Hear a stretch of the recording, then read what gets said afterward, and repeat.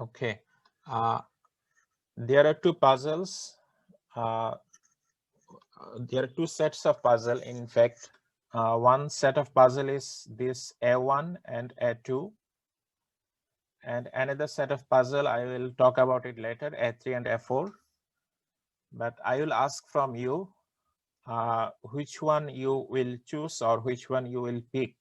You have two options. As a person or as an individual, which one you will prefer. But before that, I like to tell you how I like to take your opinion. You know how to raise hand in Zoom? Yes, sir. Okay. So first of all, tell me between A1 and A2, how many of you want to pick the A1? You will raise your hand. You will not open your mic or respond. You will just raise your hand. I'm now taking hand for A1. So A1 হচ্ছে 1 million and তারপর Okay, 1. okay. Let me explain if you don't understand. There is a 100% probability that you will get 1 million. And A2 is like that. There is a 10% probability that you will get 5 million pound. And there is 89% probability that you will get 1 million. And there is 1% probability that you will get 0 million pound. So between A1 and A2, which one you like to select or which one you like to prefer?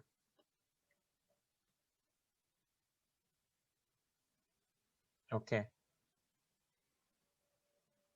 So I like to see your hand.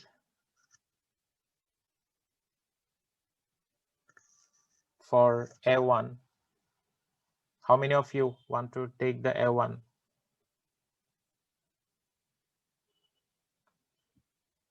Only 5 out of 45.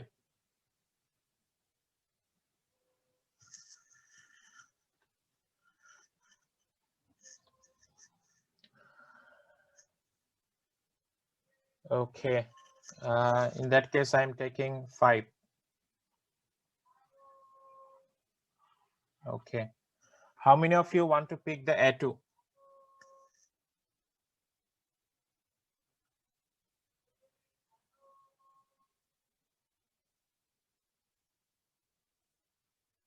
Okay, you are not raising hand for A2 or A1. I see the parties 16, 17 have raised your hand. Okay, 18. So you are picking A2, is it? Can anyone confirm out of this 17 Yes, or sir. 18? A2. Okay. Yes, okay. sir. Okay. Okay.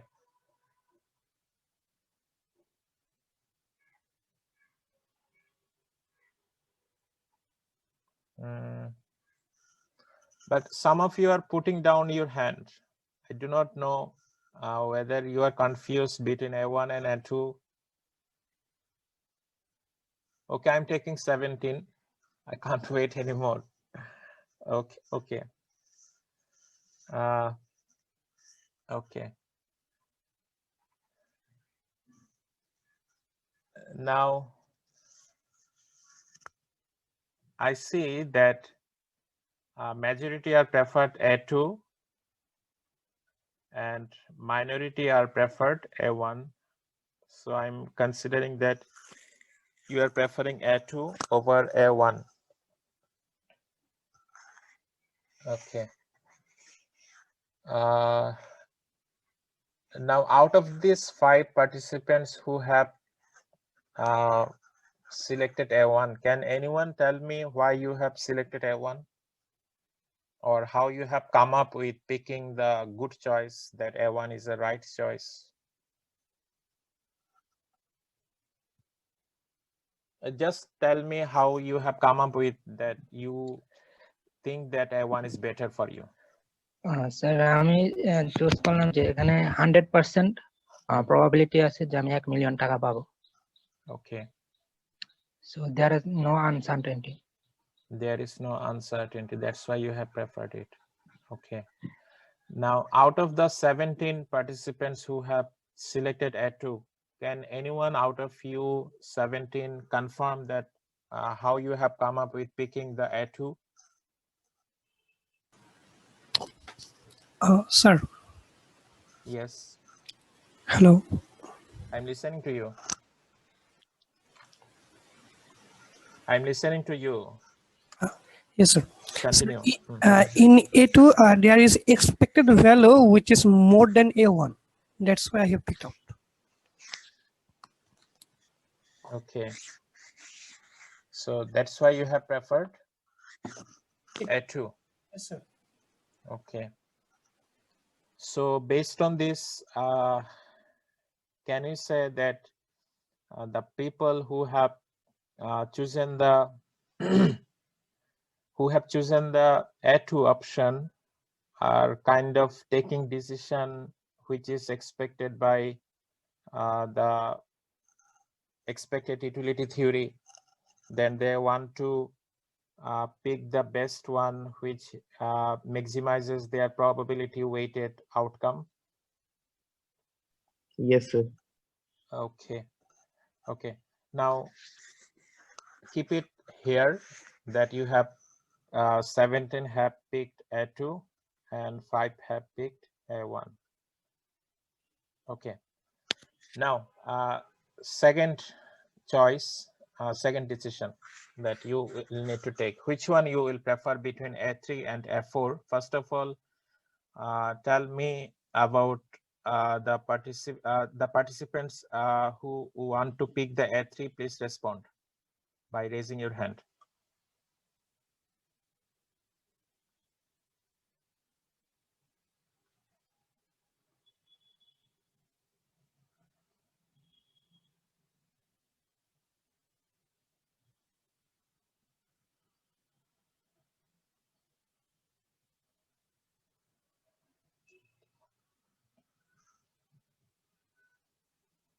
Okay. Okay, I can take 18 participants have preferred A3.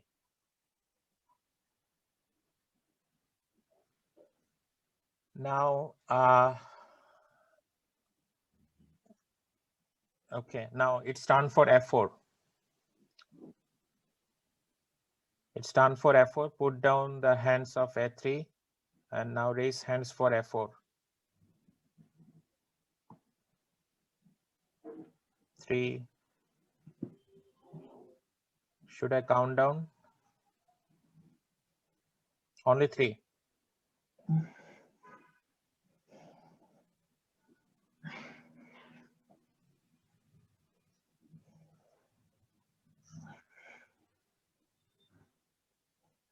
Okay.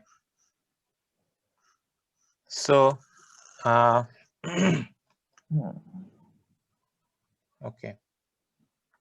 Now you are preferring A3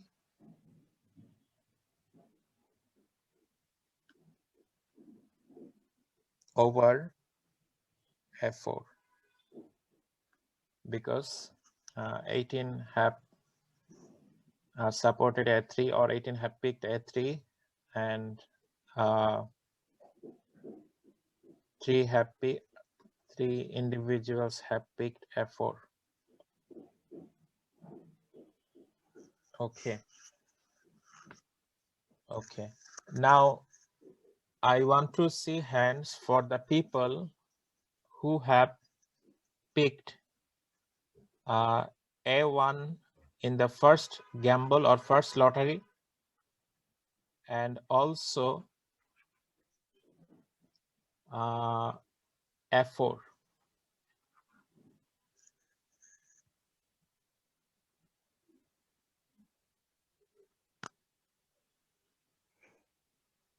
Is there anyone who have picked A1 from this choice and F4 from these two choices?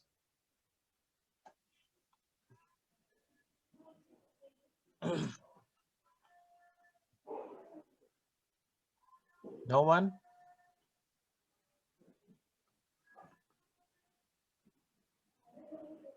out of 21, 22 participants? Sir একজন হাত তুলেছে। Okay, only one. Okay. Okay, now you have picked A2 here in the first gamble, then A3 in the second gamble.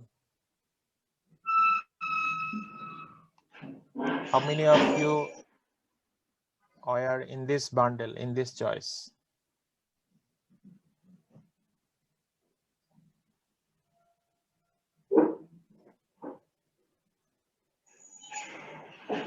$15. Okay. Now, how many of you have picked this A1 in the first gamble and A3 in the second gamble? Are you raising hand for this A1 and A3 now?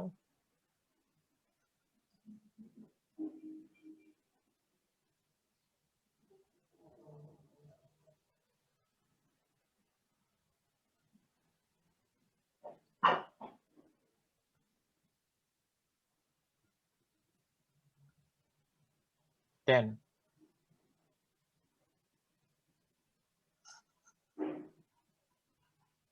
Okay. Then which one is remaining? A2 and A4. Is there anyone in this combination? 4.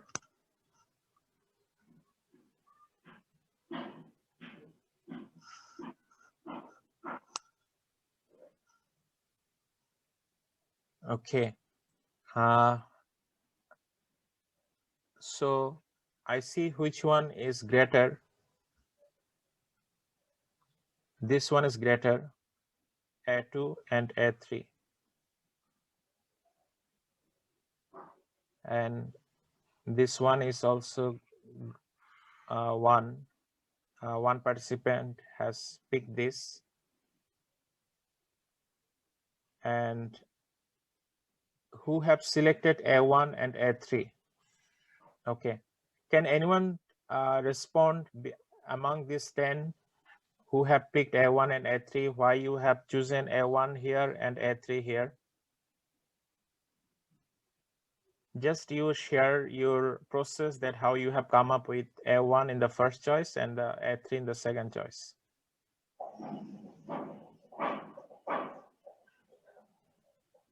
Out of 10 who have raised your hand, can anyone respond? Sir প্রথম A1 choose করেছি এজন্য যে এখানে কোনো uncertainty নাই, আর A3 হচ্ছে যে আমার 1% প্রবাবিলিটির জন্য আমার 4 মিলিয়ন টাকা চলে যাবে, এজন্য A3 চুজ করলাম। Okay, okay, thanks. Then anyone who like to respond between who has chosen A2 and A4 combination?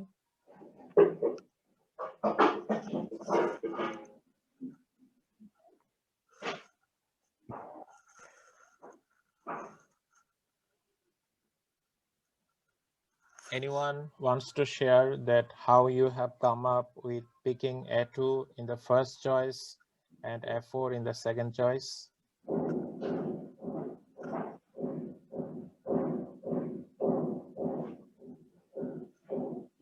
Anyone like to respond that how you have come up with this decision, that you have picked A2 from the first lottery and A4 from the second lottery?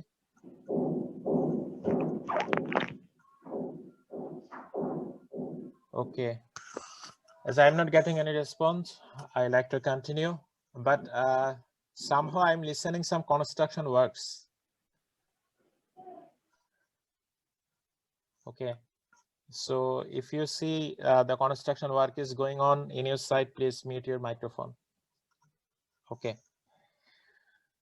Okay, now let's conclude regarding this decision, that based on your opinion, it looks like that many of you are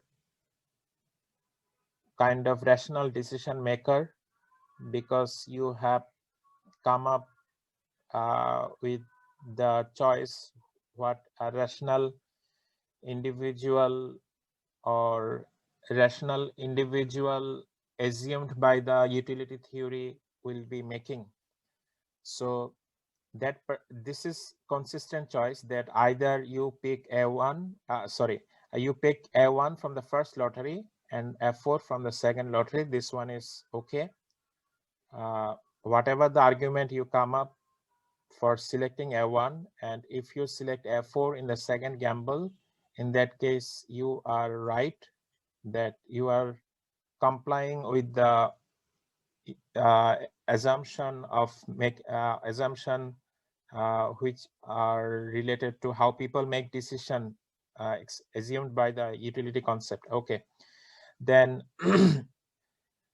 many of you have preferred this combination. It is also the right choice that you are picking A2 from the first and thus A3 from the second. Okay, but the people who have picked A1 in the first gamble and A3 in the second gamble, they are not consistent in framing their decision and evaluating their decision consistently. They are violating one axiom. I will explain, I will show it later that which axiom it is. And the people who also have preferred A2 in the first choice and A4 in the second choice also have violated the assumption made by expected utility theory. So you love or you hate the expected utility theory do not matter. The matter is that from your opinion, from your response to the poll, majority 15, 1, 16, total 16 out of 30. Out of 30 participants in the poll, out of 30, 60 participants, I mean more than 50% participants have agreed, have complied with the axioms of the expected utility theory. That means they are taking or they are making decisions rationally. Okay, now let me explain why these are inconsistent choice that you pick the A1 in the first gamble and A3 in the second gamble, why these are inconsistent. Okay. Okay, so let me break down this gamble in equal footing in this way. You see this 1 million, the probability is 100% of getting 1 million. And in the second choice, there is, I already have explained it. You see, can we write this down here, the 1 million in this way, that there is 89% probability that you will get 1 million and there is 11% probability that you will get 1 million. Is it exactly same what has been mentioned here? Yes, sir. Okay. So the purpose of doing this is to compare this in equal footing. So people make a wrong decision when their choices are presented in a way that people do not find the equal footing. Okay, so you see that people need to make a decision. You see the scale, these two sides must be equal. These two sides must be equal in your scale or in your decision making or in your decision making framework. But if people make decision in a way that does not give weight as equal weight or equal scaling or equal framing or equal lensing in two options, in that case people come up with wrong decision. So let me show you that why people have picked the A1 and A3, which is inconsistent. Okay. then there is 89% probability that you get 1 million in the A2 choice. Okay, so I have written it down here. Okay, now 0 million probability for 0 million pound with the probability 1%, and 5 million pound with the probability of 10%. Now between A1 and A2, can anyone tell me which one of this outcome is common among these three?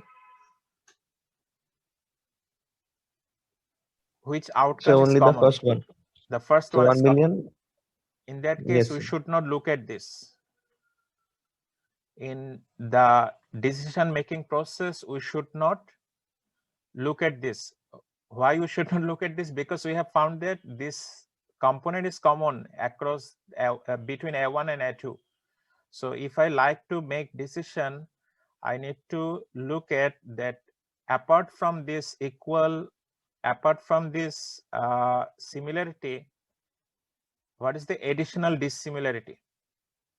Okay, so you see that these are dissimilar, that there is 11% probability that you will get 1 million, and 1% probability you will get 0 million, and you get 5 million with 10% probability. Now, when you will be making decision, you will try to see that apart from this similarity, apart from this shared outcome, this is shared outcome, this 1 million between A1 and A2 shared outcome. Okay, because this outcome is shared by both A1 and A2. Okay, now if you look at the outcome which are above the shared outcome, now is it now easier for you to pick either A1 or A2? Because you have separated two components. One is how they are shared and how they are different. Yes, sir. It is easier for me now. Okay, so some of you either pick A1 or pick A2. So there is no wrong choice, that based on the risk preference attitude, either people will pick A1 or people will pick A2.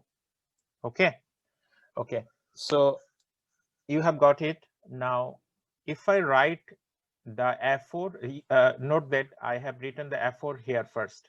Okay, so F4 first, then second one is A3 here.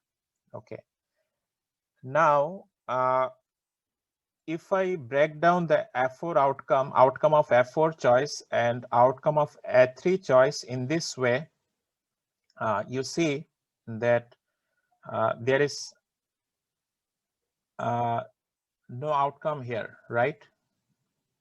It is 0. Yes, sir.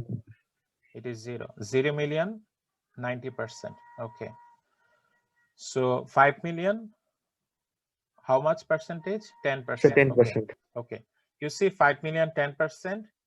And this 0 million, 90% has been broken down in these two ways. 0 million, one outcome is 89%, another outcome is 1%. Okay. I'll explain why we are doing this. Now F4, if you look at F4, you see that 1 million pound with probability 11% and 0 million pound with probability 89%. Okay. Now, if you compare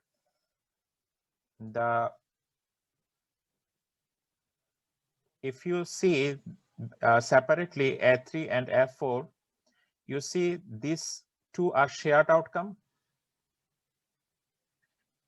These two, Yes, sir. this outcome is shared outcome between these two, A3 and F4, which are different. The remaining outcomes are different. Okay, but you see the remaining outcome, which are 1 million with 0.11% probability in case of F4, and in case of A3 there is 1% probability for 0 million and 10% probability for 5 million. Okay, now if between F4 and A3 you can pick either A3 or F4 based on how they are different. It is very likely that how people make decision that whether they will choose the A3 or F4. Okay, but if you now compare A1, A2 with F4, A3, you see these last two outcomes are now similar here. I mean the outcome here, how A1 and A2 are different in this way. These are not the way how they are different. These are the shared outcome. Okay, but you see if I write the A1 outcome 1 million.11, I see this is similar here. Yes, sir. These are similar. Okay, now can you see that the different outcome between A1 and A2 with respect to A2, where it is 0 million with 1% probability, 5 million with 10% probability. These are also present in A3. These are also present in A3. Yes, sir. Yes, sir. Okay. Now, if anyone picks A1 here, if anyone picks A1 here in between A1 and A2, what should he pick between F4 and A3? A4. He should pick A4. F4. Why? Sir, A1 and A4 have similar outcomes. So if he pick A1, then he should pick A4. Okay. Can we recall the independence axiom? Yes, sir. Okay. What we have mentioned? That Sir, when you are making choice between two choice A1 and A2, and if similar additional outcome is added with the A1 and A2, you can't make choice, you can't make changes in your decision. Can you recall? yes, sir. Yes, sir. Okay, that was the independence axiom, right? Okay. Yes, Now sir. you see these two, this and this are exactly similar to A1 and A2. I mean F4, this component is similar to A1, this component, and A3, this component of A3 is similar to A2. So you have added the same thing. You have added the same thing with A1 and A2. Now you have got F4 and A3, right? Have you got it? Yes, You sir. have added the same recipe with the F4 and with the A3. So if you prefer A1 here, which one you should prefer here, F4 or A3? A3. A3. You are preferring A1 here. Now Sir, A4, A4. you need to pick the F4 here, because you have added the same thing. This should not change your decision. So it is exactly like A1. You see why it is exactly like A1? So they Because, both have, yeah, so they both produce the same outcome with same Yeah. probability. yeah. Only A1 and A2 are different with respect to these two last outcome. Okay, these are similar. Okay, so if anyone picks A2 from the first choice, which one he should pick in second choice between A4 and A3? Between F4 and A3, which one he should pick if he initially picked the A2? Sir, Sir, A3. A3. He should pick the A3. A3. Otherwise, he or she is violating which axiom? Independence. consistency. Consistency. Sir, Consistency independence. is another axiom. It's independence axiom, and he's related to consistency, but it's not exactly consistency axiom. Okay, can you recall the consistency? If it is So like if that, A is A1, you have preferred A1 over A2, and you have preferred A2 over A3. A1 is greater than A3. In that case, you are preferring A1 over A3. Can you recall? Yes, sir. Okay, but you have come up with, or most of you, or more than 50% have come up with the right decision, or supporting or in conform with the expected utility axiom. But you already have seen from your class that 14 participants didn't respond in a way which is consistent with the utility axioms, right? 40 participants, 14. So it is not insignificant number, it is a kind of significant number. So people fall in trap. What is the conclusion? People fall in trap how the outcomes are presented before them. Because people most often disregard this thing. People most often disregard this thing. Which what is this thing? What is this thing? It's a shared outcome. People most often disregard how the outcome, a specific outcome is shared between these two choices or the choices they want to make. And people are more focused on the thing how two outcomes are different. People are mostly focused on how choices are different, and people are likely to disregard the shared outcome, and people like to see different outcomes differently in their lens. So you are probably familiar with some meme made in social media that I can't recall any idea like this, that the same thing, but teacher look it differently, student look it differently, parents look it differently, employer looks at the same thing differently. Yes, sir. Right? Okay, but I can't recall the idea right now. But the thing is that forget about this. And any individual can have multiple eyes. It's not I'm mentioning the two eyes.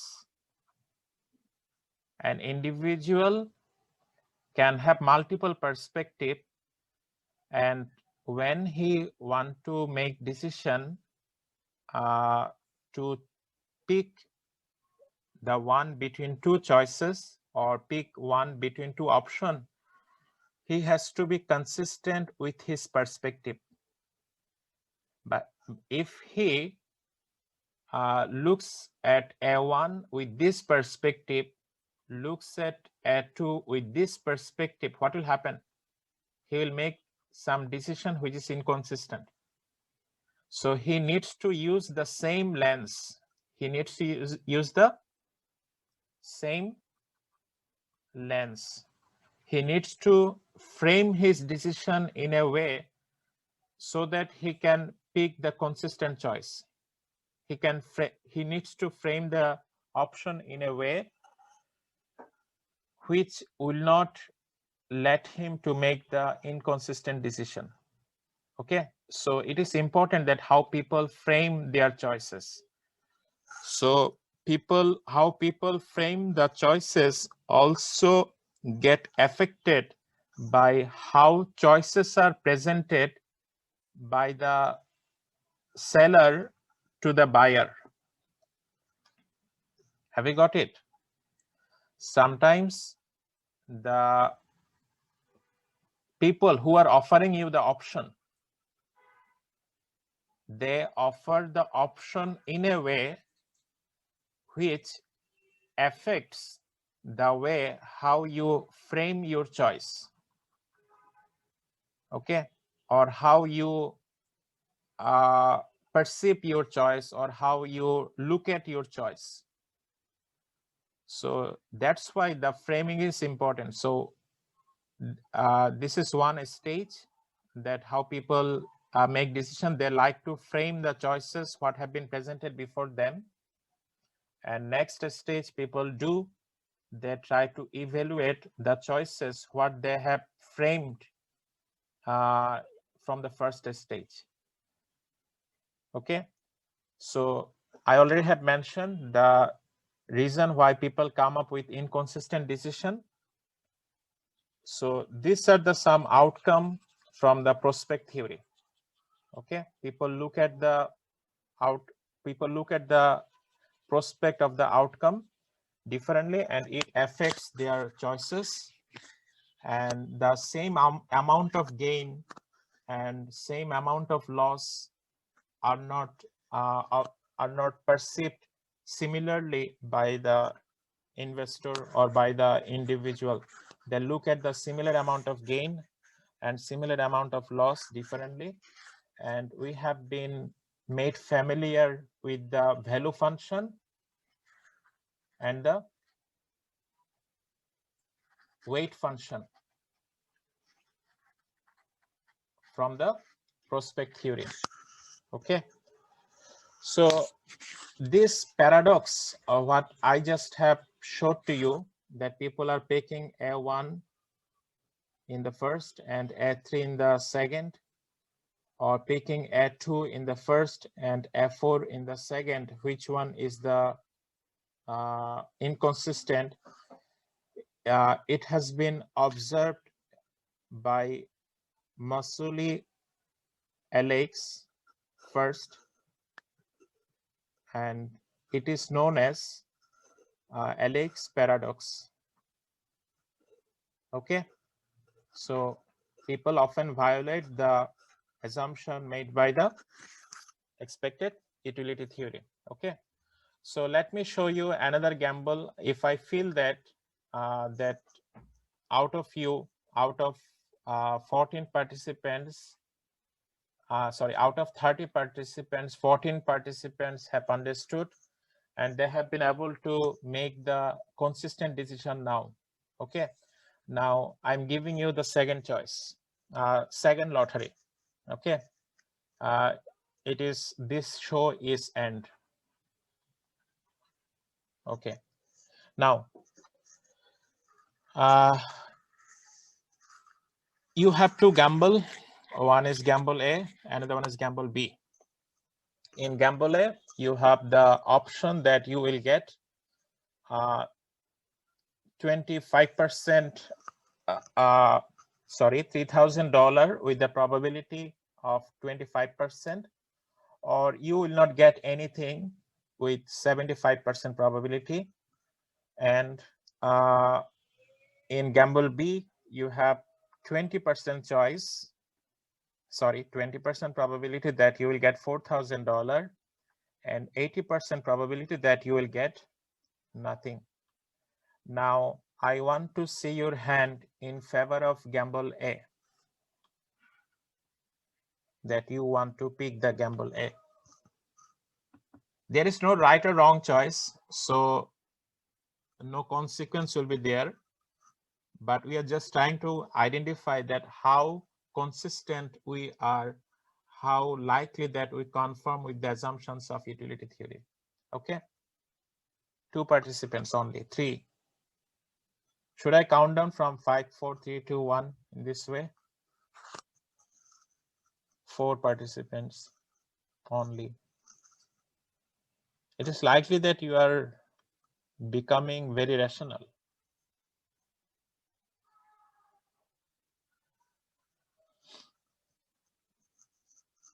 Okay, I do not know whether you have been able to make yourself rational by having completed approximately 40 courses in finance with much concentration in statistics, and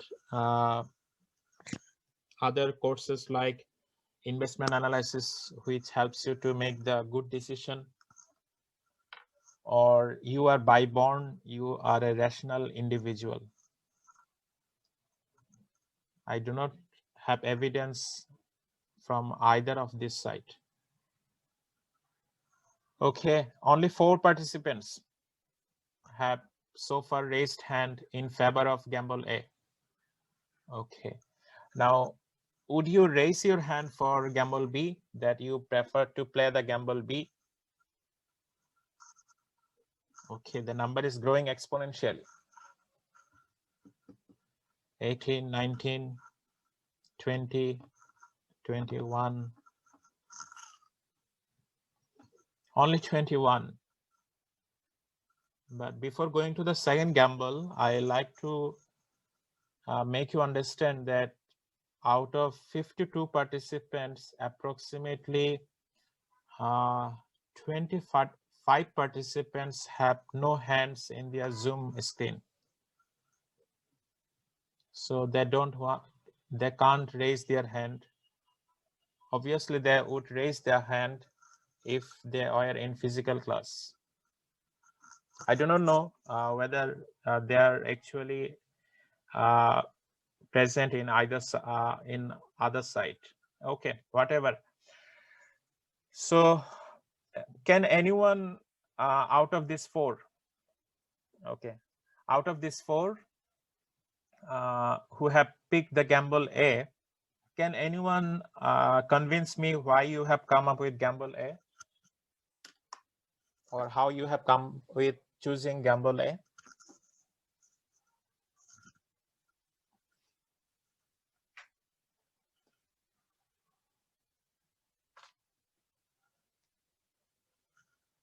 Out of 4 who Sir, have sir, gamble এতে more probability আছে পাওয়ার কি না পাওয়ার থেকে পাওয়ার probability একটু বেশি, তাই আর কি okay, that is a gamble good choose করছি।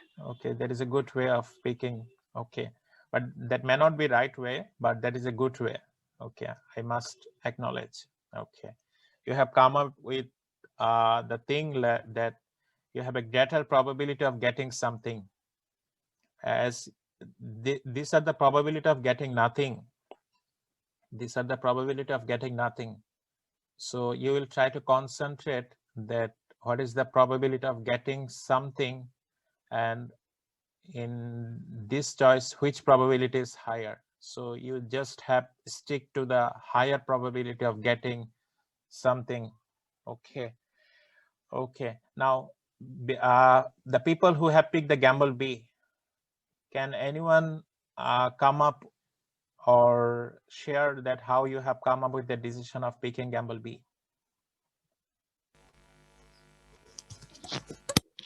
স্যার এক্সপেক্টেড আউটকাম বের করেছি, প্রবাবিলিটি এবং যে আউটকাম দেওয়া আছে সেটা মাল্টিপ্লাই করে সাম করে এক্সপেক্টেড আউটকাম বের করে দেন কম্পেয়ার করেছি।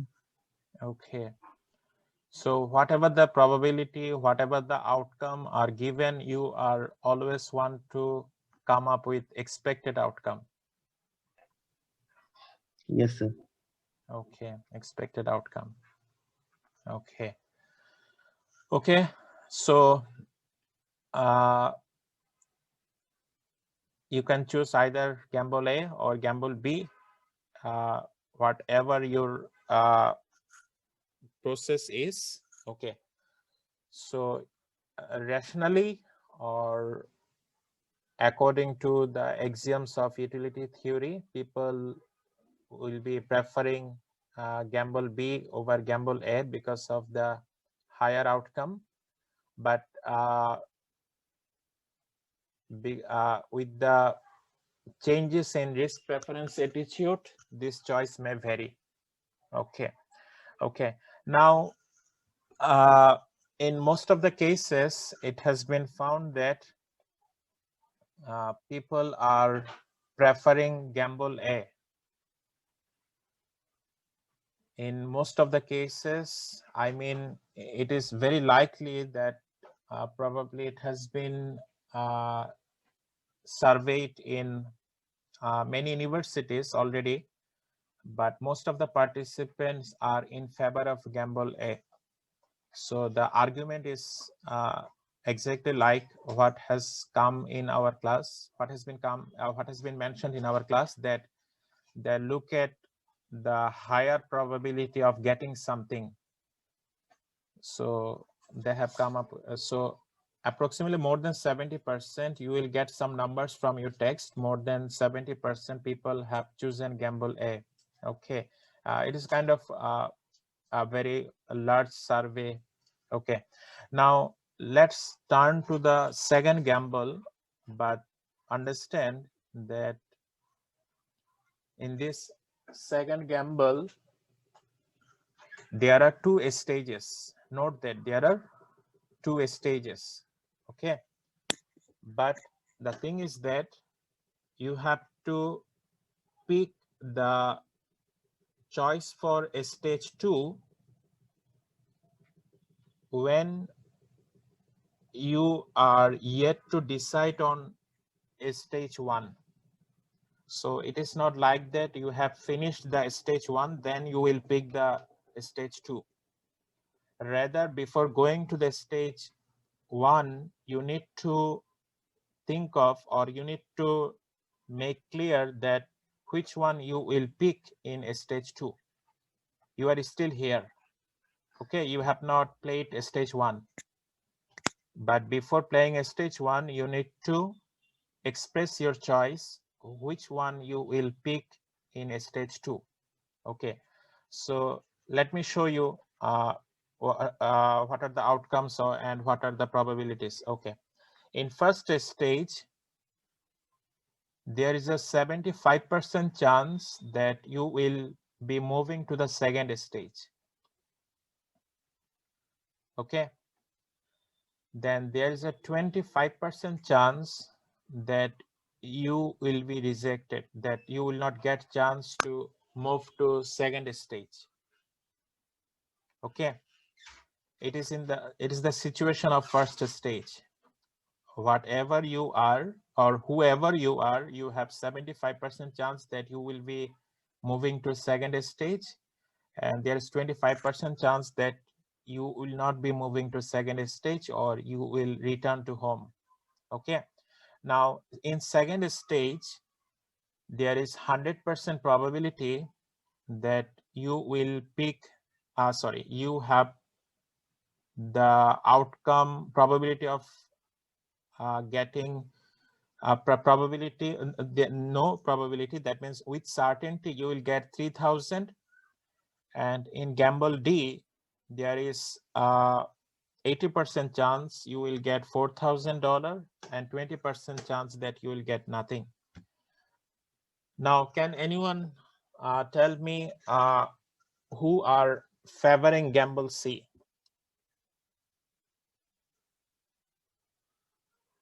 Would you raise your hand in support of gamble C? Remember, you have a first stage, then second stage. You cannot fly to second stage directly. You have to clear your first stage, then you will be getting 75% opportunity to get the second stage.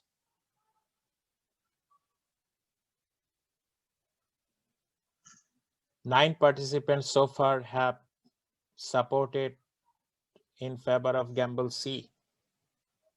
Okay, there are 9 participants. Okay, put down your hands. And now the people who are preferring gamble D, would you raise your hand now?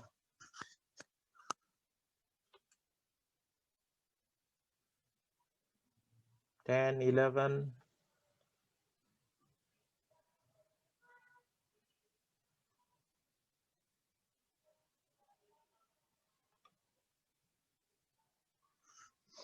$13.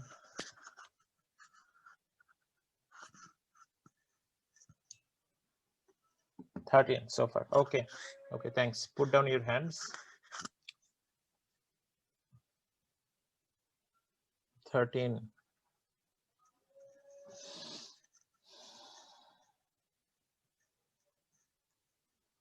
Okay. Can anyone tell me that out of the 13 participants who have gamble D or who have chosen gamble D, why you have preferred gamble D, or why you are thinking that gamble D is better for you?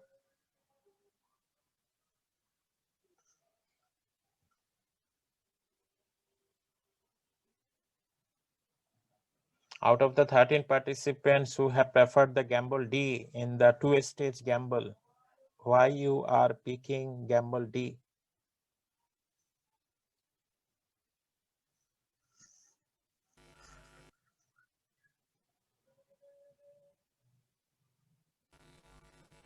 Sir gamble C নিচ্ছি because first স্টেজে আমার বেশি chance আছে 75%। আমি যদি একটু আমার আবার রিস্ক প্রিফারেন্স আমি রিস্ক নিতে চাই না, এই জন্য আমি গ্যাম্বল সি নিতে চাচ্ছি। আর No. এখানে আমার Yeah. গ্যাম্বল ডিতে 80% আছে, আমি যদি মনে করি যে আমার মানে চান্সেস বেশিতে গ্যাম্বল ডি নিব, বাট আমি মনে করতেছি যে যদি 20% হয়ে যায় ওটা লস যাবে, এই জন্য So- গ্যাম্বল সিতে একদম পুরো মানে একদম নিশ্চিত 100%, এই জন্য gamble C. Okay, okay, okay. But are you in favor of gamble D or gamble C?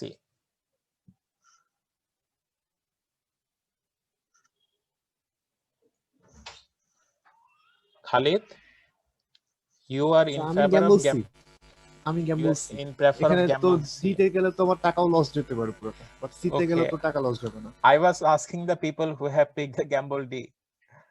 Okay, I have got your point for gamble C. Okay. Now the 13 participants who have picked the gamble D, would you mention why you have come up with gamble D or how you have come up with gamble D? Sir আমাদের যদি 75% of chance of moving second stage যদি হয়, সেক্ষেত্রে gamble D এর expected রিটার্নটা বেশি, which is $2400, but gamble সিতে এটা হবে $2250, ইভেন 75% চান্স যদি আমরা পাই সেকেন্ড স্টেজে আসার। Okay, can you mention the figure again for gamble C and gamble D?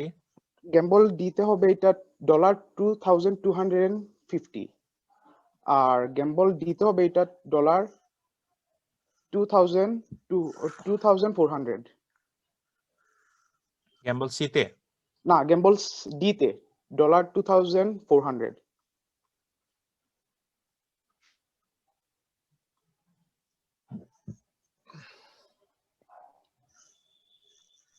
Okay. So is there anyone wants to say anything? Because you're thinking that your opinion is different to get the gamble D or to prefer the gamble D, what has already been mentioned? Sir এখানে first স্টেজে যেই প্রবাবিলিটিটা ছিল sir, এখানে তো sir এই গ্যাম্বলে বা এই খেলাটা খেলার জন্য স্যার আমার ইনিশিয়ালি তো কোনো টাকা পে করতে হচ্ছে না। No. সো ফার্স্ট স্টেজে স্যার আমার 75% প্রবাবিলিটি আমি সেকেন্ড স্টেজে যাব, দ্যাট মিন্স এটা স্যার মোটামুটি high probability. And then sir second স্টেজে যে স্যার আমার যেহেতু গ্যাম্বল সি তে বেশি পে অফ হচ্ছে আমার বা বেশি এক্সপেক্টেড রিটার্ন হচ্ছে, তার জন্য স্যার আমি গ্যাম্বল সি নিয়েছি। ফার্স্ট স্টেজটাকে স্যার আমি ইগনোর করে দিয়েছি। You have ignored the first stage. Okay. Yes, sir. Okay, you are making some mental shortcut.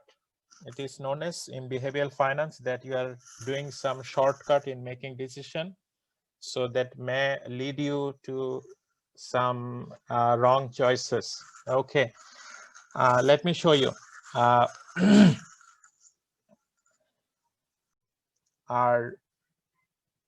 We'll have the gamble A and gamble B are exactly equivalent to gamble C and gamble D.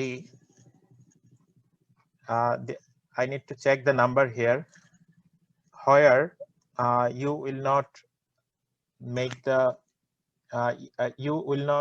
it will not be consistent for you to change your decision, that if you prefer gamble B here, if you prefer gamble B here, you would prefer gamble D here, because you would see that the 750 is of obviously the outcome for gamble C, and also for gamble D, the outcome is 800. So the understanding which will be shared that gamble, first gamble and second gamble are exactly similar in terms of the final outcome, but people are likely to prefer the gamble C in this second gamble, which reduces, returns with the low outcome. If anyone prefers gamble B here, he must prefer gamble D here. But it has been found that out of 100%, approximately 65% participants preferred gamble C.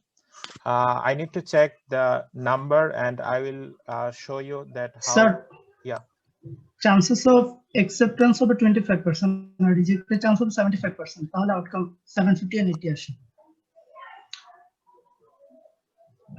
750 750 and 800 আসে sir, যদি আমরা okay চান্সটা reverse করে দিই। Okay, that means I probably have reverted this to. That means it should be 25 and it should be 75. Is it? Yes, sir. Okay. Okay. Probably I did mistake here in taking the notes from here. Okay. So if you write the 25% here, and if you write the 25% here, as it is the probability of coming in the second stage, in that case, the probability of success is 25% for gamble C, and probability of success in gamble D is how much? Sir, 25 or 20%. 20? 20. Okay. Now you see that between gamble C and gamble D, which one, in which gamble C, actually you will not have the 3000 outcome. Okay, actually you have expected outcome of how much? 750. And for gamble D, you will have actual outcome for how much dollar? 800. 800. So in that case, which one you would you need to prefer, gamble D or gamble C?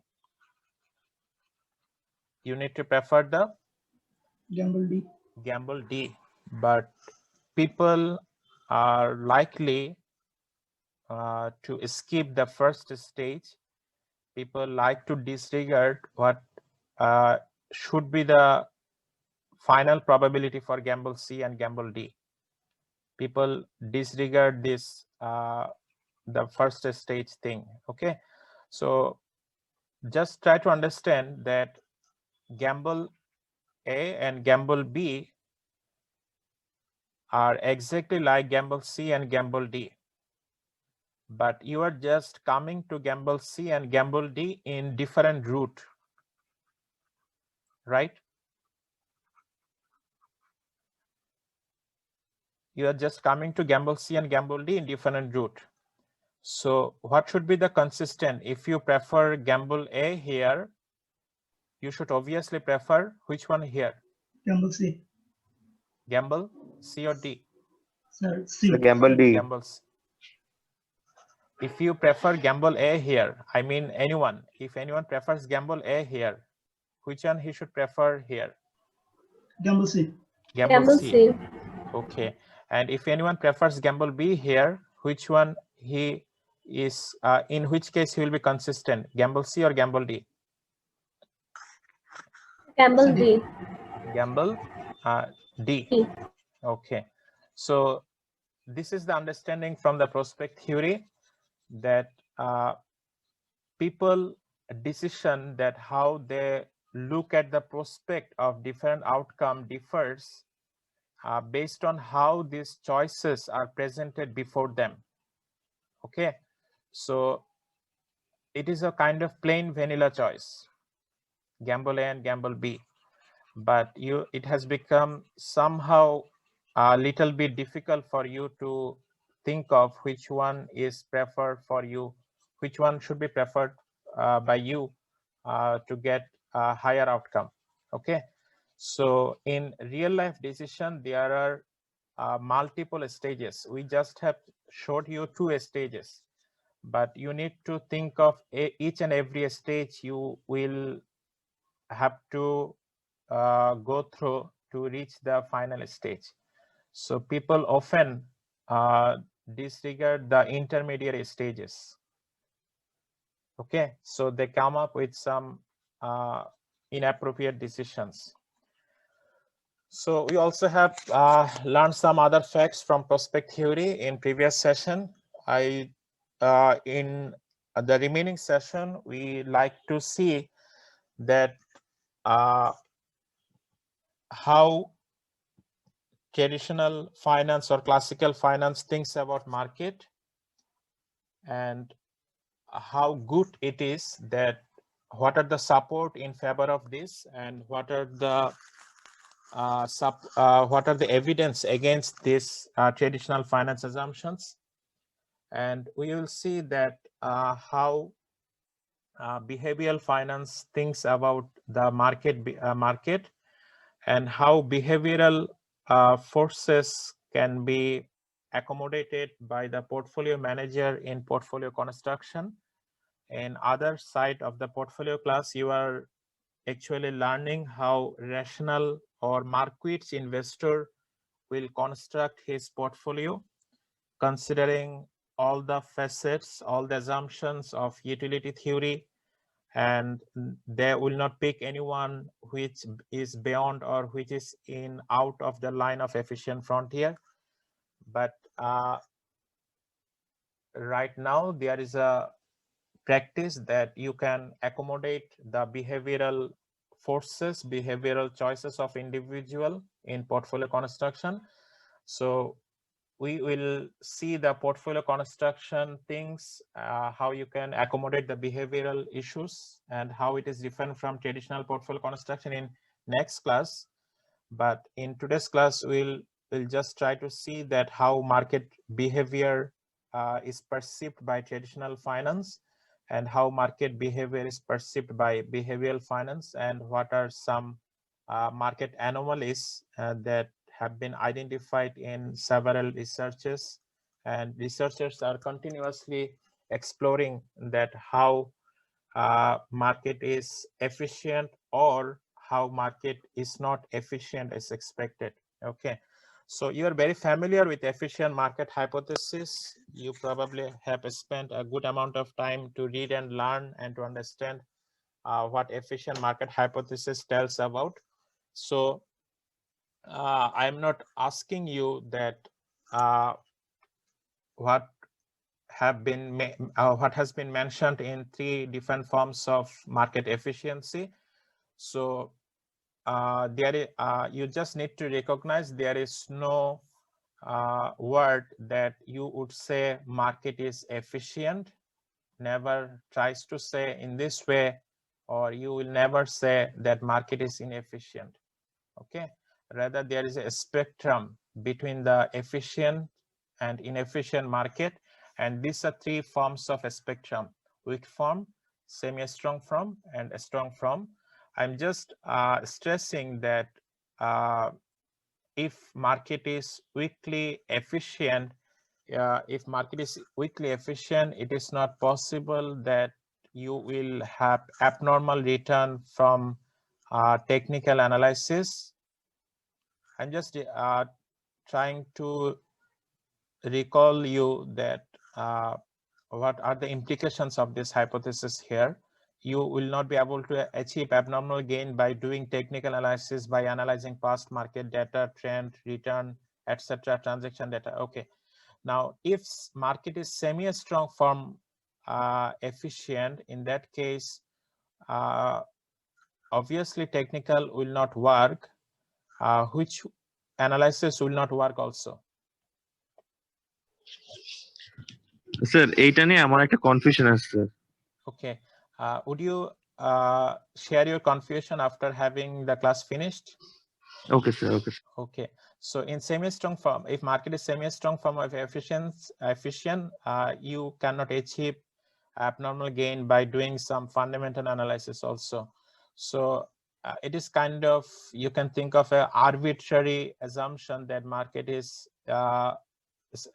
has a strong form of efficiency, that market reflects some market price reflects some private information. Okay. Before going to the next discussion, I just like to ask you that is there anyone among us who thinks that sometimes our Bangladesh stock exchange market is sometimes strongly efficient? I mean, it has a strong form of efficiency in some particular cases. I'm not asking that overall. Have you ever thought that this event or this situation is reflecting some strong form of market efficiency? Yes, sir. Okay. How? Sir inside information sir মানে achieve করে লোকজন trade করে তখন sir prices আর incorporate হয়ে যায় private information. Okay, that is very interesting, right? Yes, sir. That in some cases, though, every day, every month, we try to say our market is not efficient or our market is not even weekly efficient. But in some certain cases, we see market is showing some behavior which reflects the expectation by a strong form of market efficiency, right? Okay. Yes, sir. Okay, but the thing is that market efficiency is a kind of broad concept. I mean, the concept is not very specific to some certain stock, but it's kind of it stresses or it reflects the overall market behavior. Okay. Okay. So it is insider trading is very likely in emerging countries, in emerging market, where the governance is not very strict. Okay. Okay. So just like to tell you that market can be efficient if three conditions are held. Okay. So you just have observed that people are likely to make mistake. So if it is likely that there are individuals, investors, and no investor makes any mistake in the market, no mistake. Okay. In that case, can you expect that market will be closer to efficiency? No people will do mistake, and you need to recognize that what kind of mistake it is, or I mean the people make the rational investment decision. If it is like that, people do make no mistake, in that case we can expect that market will behave like efficient market, or market will be closer to a very good form of market efficiency. Okay. This is one condition, and it is very unlikely that no people will do mistake. And even the finance professors, even the finance authors, they have made mistake. Even the sophisticated hedge fund managers also do mistake. They regret for that. And I think some of you already have watched some movies, that Big Short, that where hedge fund manager has done a great mistake of holding losing position for many years, and for doing mistake, the financial crisis has been invited by the investors, and it is very unlikely that people will make no mistake. Okay. So have you got the first condition, that in which case market may work efficiently. Okay. Second one, people do mistake, but their mistakes are random. So how it is, say Tanvir has done a mistake that he has overestimated the value of some stock, and I have also done mistake that I have my mistake is in just opposite of Tanvir, that I have mistake in this way. I have done mistake in this way. I have underestimated the value of the stock. So in that case, can you expect that this random mistake, which is here plus mistake, positive mistake or positive error, and I have done some negative mistake or negative error, this plus minus will cut each other? Have you got it? Yes, sir. Yes, sir. If mistakes are cancelled by each other because mistakes are random nature, in that case, you can expect that market will be finally efficient, or market will be closer to efficiency. Okay. The next thing is that people do mistake, but their mistakes are correlated. Their mistakes are correlated. How mistakes can be correlated? Okay.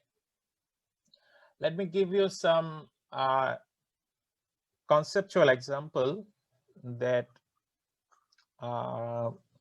say a particular stock GP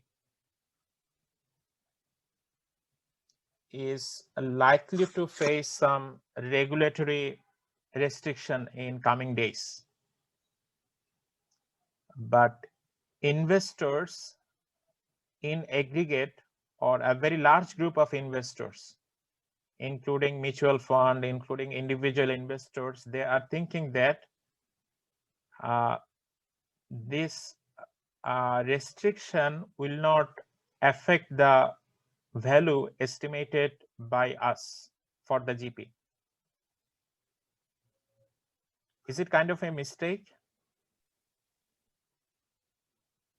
that they are not accommodating the uncertainties which is likely to arise for regulatory restriction?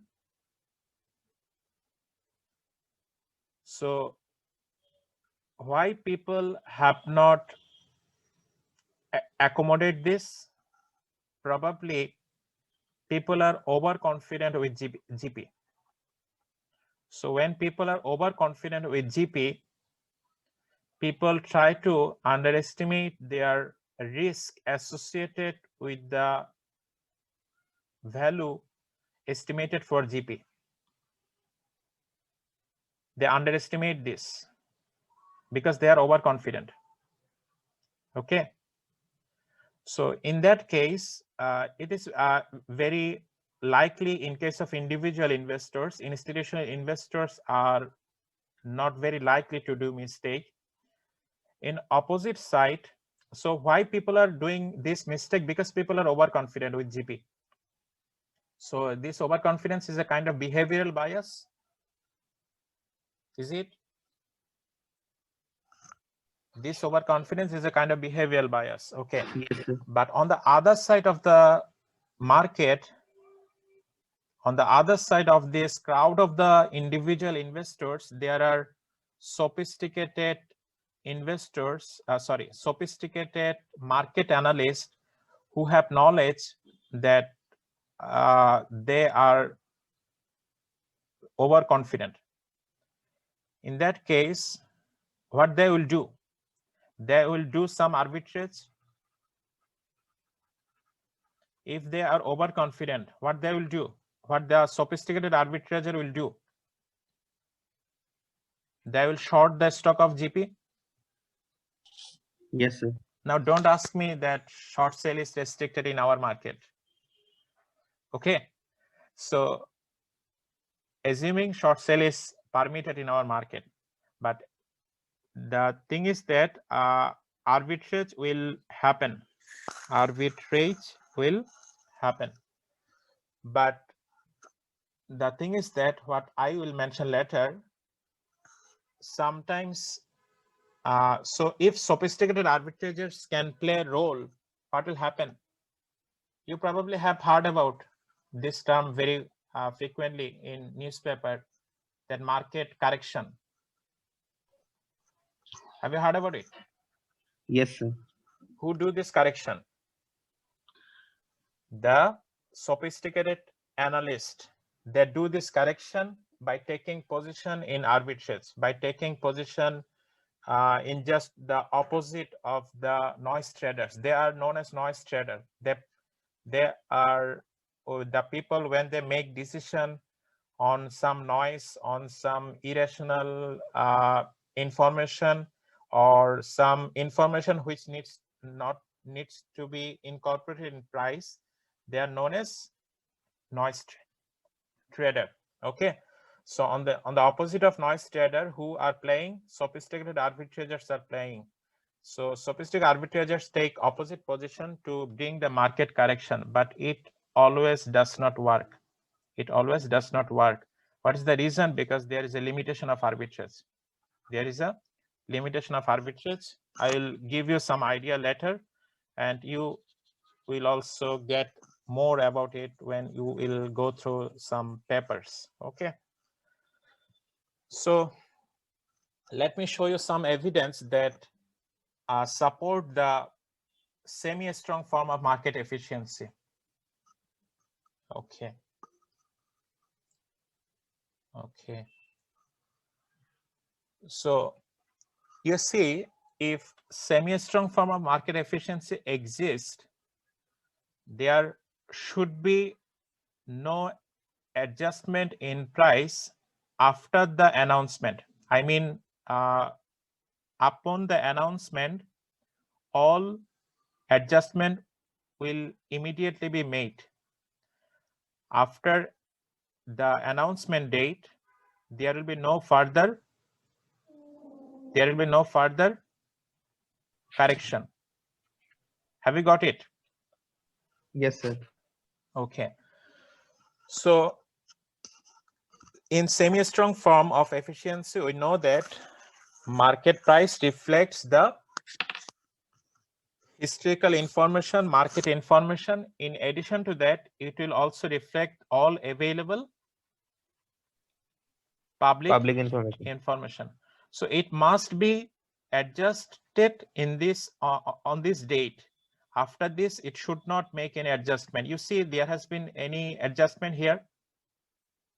It is consistent because there has been no new information, but there is some minor fluctuation that is kind of, but it is kind of not for individual stock. It is kind of average. It's for each of the dot reflects the price change of a bunch of stock. Okay, so out of that bunch, there may be some individual stock information that is new information that is adjusted here. But in aggregate, pharma in 1969 has discovered that after the declaration of the event, after that date, there has been no further adjustment. This adjustment for earnings, for new information, adjust immediately. Okay, so it is kind of event that has been mentioned regarding a stock split. So if you're a fundamental analyst, you will immediately raise your voice against that, how this should be adjusted in the price, because a stock split has no consequence on the value of the stock. Okay, but in research findings, it has been showed that if stock split has been done, those stocks give higher average dividend in later years. So investors know that, investors expect that the dividend will go up, or dividend will be declared more or more dividend will be given after the stock split. Actual dividend so will be given. That's why they put a higher value when the stock split is announced. And it has been found by pharma that approximately 2 years ago, approximately 2 years before the stock split, investors can anticipate that a stock split is going to happen for this particular stock. Have you got it? It is kind of you can think of here a month. You can think of if it is 2 years, it should be 24 months. Okay. So let me show you another evidence in favor of semi-strong form of market efficiency. Then I will show you that support against the semi-strong form of market efficiency. Okay. So you probably have heard about the mutual fund alpha, right? Is it? From your investment analysis, have you heard about mutual fund alpha or alpha of investment? Yes, sir. Okay, so alpha indicates what? Alpha indicates the abnormal return, which is not explained by the asset pricing model. You see, if your asset pricing model is capital asset pricing model, it says that alpha should be 0. Your all return should be explained by your sensitivity to the market return. I have written in the wrong way. Okay. All return should be captured by which factor? Your exposure to the systematic risk. And the higher the risk exposure you will be taking, the higher the return you will get. It is the understanding of the capital asset pricing model that all of your return must be explained by your exposure to the systematic risk. Okay, and your alpha, what is the expected alpha if market is efficient or if market is very closer to efficiency? 0. Alpha should be 0. Why? Because there will be no opportunity to have the abnormal return, right? Okay, so Jensen has estimated the alpha of 115 mutual fund. So you see that 0 is where? 0 is here. Okay, now out of the 115, can you immediately observe that it looks like a very normal distribution? Very close to? Yes, sir. And most of the mutual funds are earning abnormal return of 0% or less than 0%. It is on the negative side. It is on the positive side, the alpha. You see, most of the mutual funds are earning abnormal return or alpha. How much? Less than 0% or more than 0%? So less than 0%. It is the support in favor of semi-strong form of market efficiency that sophisticated, even sophisticated analysts will not be able to make any abnormal return from the market. How much their return will be? Their return will be only to that extent the degree of risk exposure they have taken justified by the systematic risk or reflected by the systematic risk. Okay, so let me just show you my the findings from one of my work that is related to hedge fund activism. So you probably have learned about the hedge fund. Hedge funds sometimes one of the strategies hedge fund takes is like this, that say there are some distressed firms. Have you heard about it? Distressed firm. Yes, sir. Okay. Can anyone mention any distress firm from the listed companies that who are facing very financial challenges in recent years? So AB Bank. AB Bank. Okay. Okay, good. So hedge fund has a strategy that they pick or they choose the distress firm and take very significant stakes, say 5%. And when you achieve the significant stake of a firm, you submit a declaration to the Security Exchange Commission, right? So that you have picked a significant percentage of this particular firm. So when hedge fund picks the stake in a distressed firm, it is likely that hedge fund managers will work with the manager of distressed firm and they will try to turn this distressed firm back to a good company. In that case, what is expected that investors will try to select and buy the company which are likely to be targeted by the hedge fund, because there is a chance of getting good gain after intervention of hedge fund. Have you got it? Yes, sir. Okay. So in that case, this is the 13D filing. This is known as the document submission by the hedge fund to the Security Exchange Commission, which states that I am buying the 5%. So immediately after this, the investors get optimistic about the distressed firm and they want to buy the stock and of this distressed firm.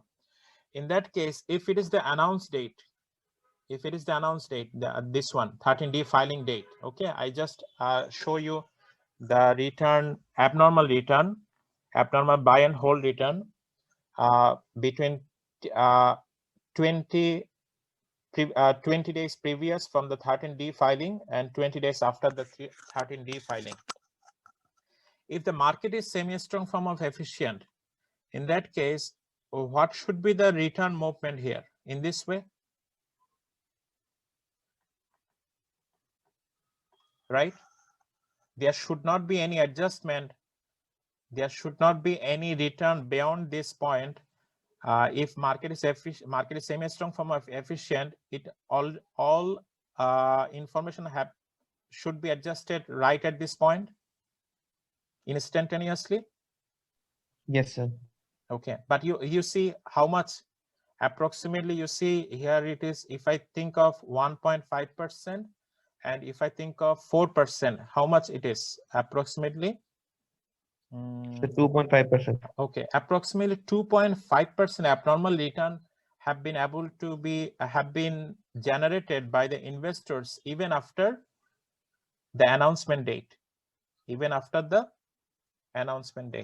Okay, so that is just kind of against the hypothesis made by the semi-strong form of market efficiency. Okay, so it is based on some approximately 1400. Out of 1400, I finally analyzed this out of 1100 deals, 1100 filings by the hedge fund to the Security Exchange Commission based on that event. So how you test that efficiency exists or not? There is a method you need to learn if you want to be if you want to research that market efficiency exists or not. That is known as event study. So it is also the reflection of event study, okay, made by pharma. So if you can learn the event study method, what can you do? You can learn that how event study is reflected in the price, how event is reflected in the price, and whether market is close to efficiency or far from efficiency. Okay, you see that price response in response to the declaration of dividend, that is also part of event study you need to make, that how return get adjusted for dividend declaration. So remember, dividend declaration is the event. Dividend declaration is the event. Dividend record date is not the event. Okay, dividend declaration is the event. Dividend record is not the event, and even the AGM is not event. Okay, so this is a kind of advanced level of study. Okay, so I'm just trying to give a high level remarks on some evidence which are against the market anomalies, which are against the market efficiency, that market efficiency have not been found, or market efficiency have found but not at expected level. So these are some findings which shows that anomalies exist. So what do we mean by it? That it is possible that to achieve abnormal return which is not expected by the semi-strong form of market efficiency. Okay, so these are some examples of market anomalies, and I would say that thousands of research are going on in finance, specifically behavioral finance, to document that it is likely that you can achieve the abnormal return, and it is likely that market efficiency does not work as expected. So I will just try to summarize some of these research findings. First of all, you see the post earnings announcement drift. It is in short written in this way, PEAT, post earnings announcement drift. Okay, so say if market is efficient, or market is very closer to efficiency, in that case, what do you expect? That a company has, for example, declared a good news. What do you expect? The price should go up or go down? Go up. Price should go up. If a company declares a bad news, price should? Then sir, it should go down. It should come down. Okay, it should go down. Okay, fine. So in that case, if market efficiency does exist, it is expected that beyond this announcement date, say you can take off 2 or 3 days. You can take off 2 or 3 days maximum, that it will get adjusted, or all people will have the information within these 2 or 3 days. Should we expect that this price should still go up after these days?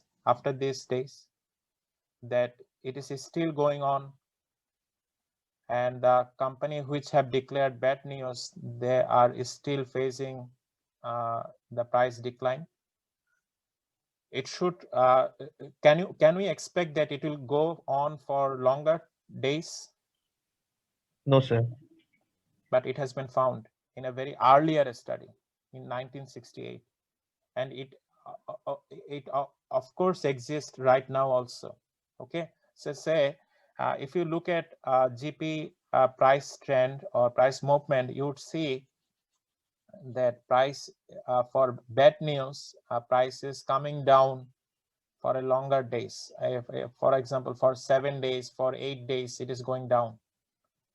Okay, but for documenting the market anomalies, or for claiming that it is market anomaly, you should recognize that it is continuing, or it has been observed for a considerable period. It's not for 1 day or 2 days.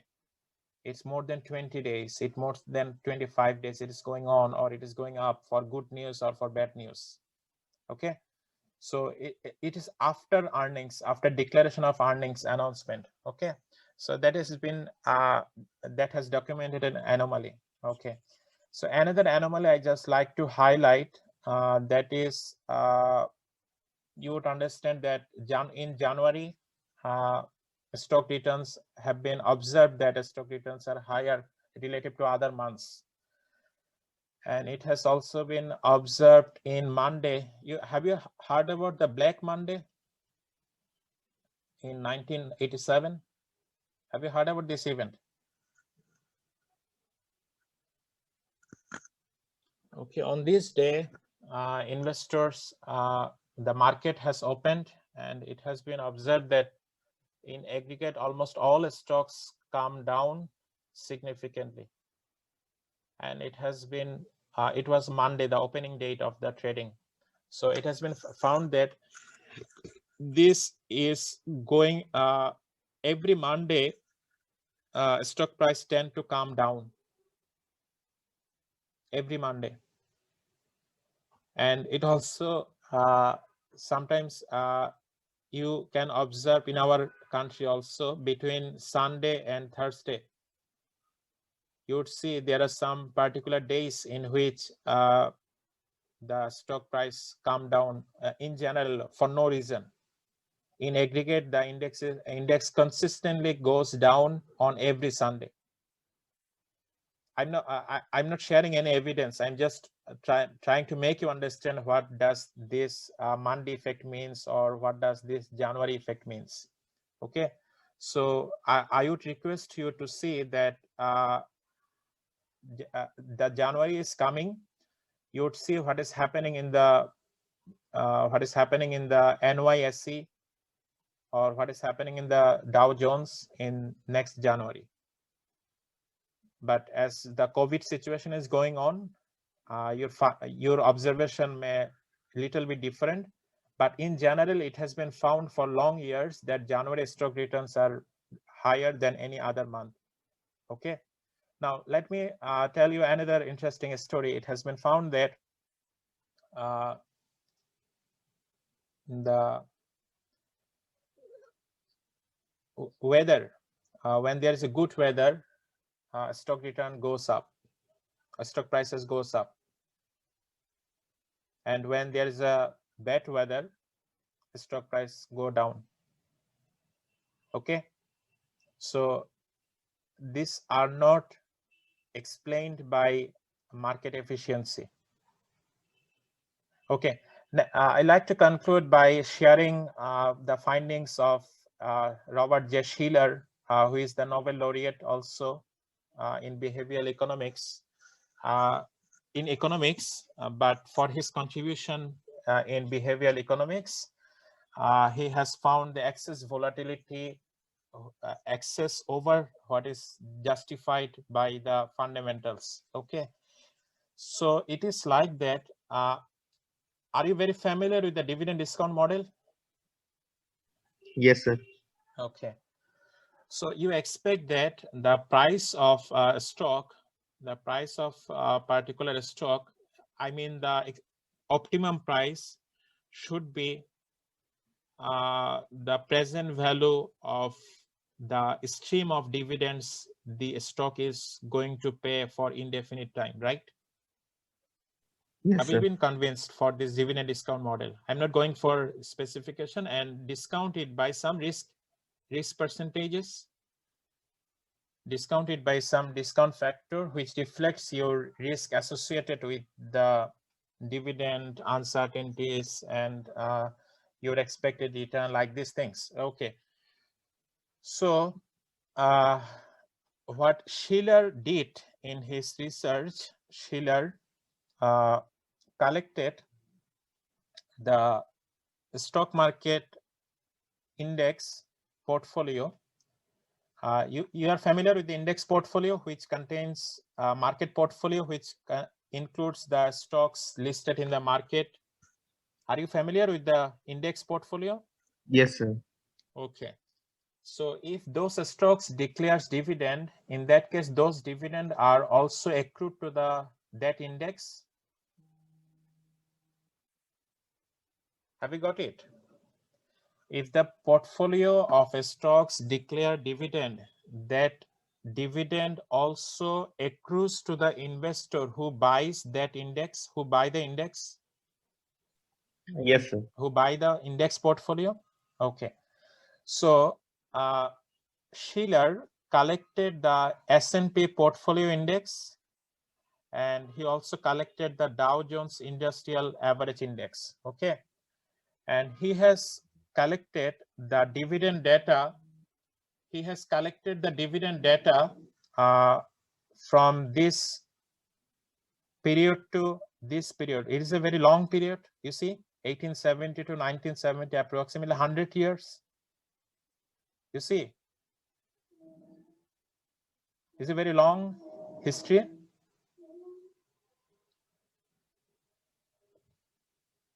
It's a very long history.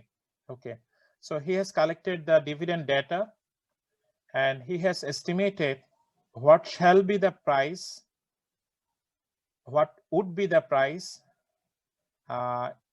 if I consider the dividend discount model. In that case, you would get which price? The expected price? Which one? P star? Okay. So he has estimated the P star, that P star should move in this way. It is based on the real data. It is based on the real data. I means if after this, he's doing research in this point, but he has collected the data from 1872 till this date. Okay, and he has estimated that if I consider the dividend discount model as fundamental valuation model, the index should, that index portfolio price should move in this way. In this, you see the dashed line. You see the dashed line? Yes, sir.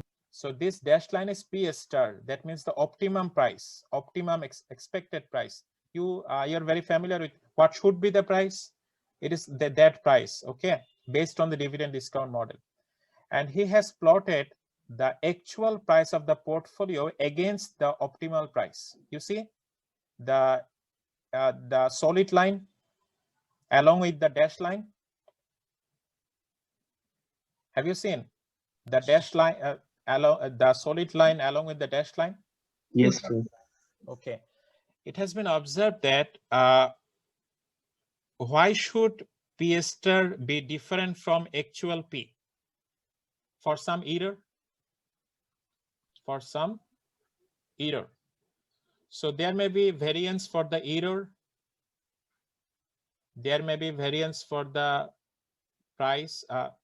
For this, there should be the variance, and there should be the variance also. Sorry. For this optimal price, you see, I'm just writing it down, drawing it separately. You see, this is the optimum price level. There is also volatility of this line. There is volatility. Yes, sir.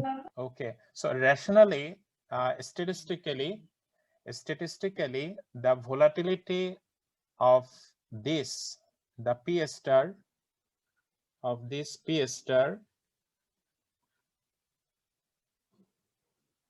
should be greater than or equal to the volatility of this actual price. It is kind of a statistical, the variance addition derivation. Okay, the optimum price level volatility should be greater than, or alternatively, you would say the volatility of actual price level should be less than the volatility of desired price level. But you see from the graph, which one is greater? Which volatility is higher? The volatility associated with P star or the volatility associated with P? Associated with P. Associated with P. Have you got that there are two time series? One is actual P, another one is optimal P. Yes, sir. Okay, so that's why he has concluded that market has irrational exuberance. Market has excess volatility. And he has done research on that, and he has showed that, he has documented that, and he won the Nobel Prize for his contribution. Okay, so it has been observed that volatility is greater in the market, greater than what it should be based on some fundamental pricing model. Okay, and you are also familiar with Pharma Friends 3 factors model, which documents that small stock should provide higher return, then low value stock should provide high value stock should provide high return, and low value stock should provide low return. Yes, sir. What about it? Pharma Friends, size factor, value factor? Yes, sir. Okay, just let me show you my findings. I did this work on last June, that Pharma Friends portfolio. I did this work. You see that in these portfolios, when I have sorted the excess return of these portfolios, I see you see this direction, from this direction to this direction. I mean the this point to the left. Okay, I mean from here it is big and here it is a small, and it are the intermediaries. You see that when I'm going from big to a small in this direction, the excess return are getting higher. The excess return are getting higher. I mean, when Yes, I'm sir. moving to the small size stock, I'm getting higher return. Okay, and in opposite, when I'm moving to the low value to high value stock, what do you mean by the low value to high value stock? I think you already have done, you have spent a good time to know the value stock, growth stock in your investment analysis course, right? Yes, sir. Okay, so you see low value stocks are growth stock, right? High value stocks are value stocks. Okay, that means the ratio between the market price and the book value. Okay, so when the book value or here value stock means high book value divided by book value divided by the market value.